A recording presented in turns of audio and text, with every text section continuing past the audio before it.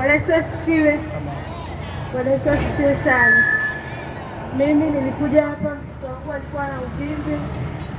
Sasa nikaelekezwa na rafiki yangu anafanya kazi pale, akanielekeza kwa huyu mtumishi wa Mungu. Mtoto wangu alikuwa na uvimbe sehemu ya kichwani hapa, alijigonga, uvimbe ukawa tu kidogo siku ya kwanza. Siku ya pili nikampeleka Makuburi, wakasema tu ni tatizo la kawaida, kwa hiyo nirudi nyumbani.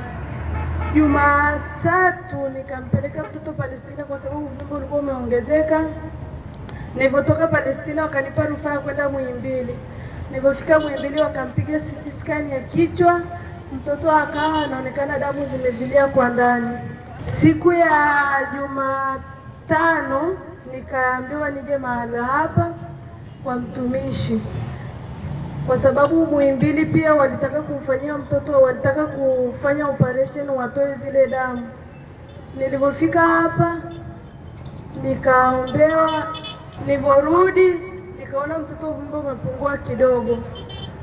Baada ya hapo nikaendelea kuamini. Mtumishi aliniombea na kuniambia mtoto wangu atapona baada ya siku 21. Kwa hiyo nilivyoamini mtoto wangu akapona kabisa. Amen, amen. Simpigie Yesu makofi. Kuna mtu analoga hapa, mpigie Yesu makofi na vigelegele. Nani mtenda miujiza? Nani mtenda miujiza? Amen. Niliwaambia mimi na ile jina taarifa mbaya, si niliwaambia napenda vitu kama hivi. Sasa ninakubariki. Mwenyezi Mungu nakushukuru. Asante Bwana kwa Bwana huyu umemponya. Sifa, heshima na utukufu na kurudishia wewe. Umetenda.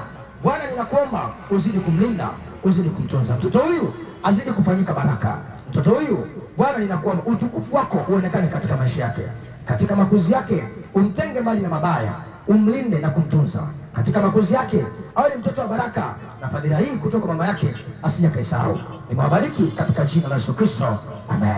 Mungu abariki sana. Amen, amen. Mpigie Yesu makofi na vigelegele. Mpigie Yesu makofi na vigelegele.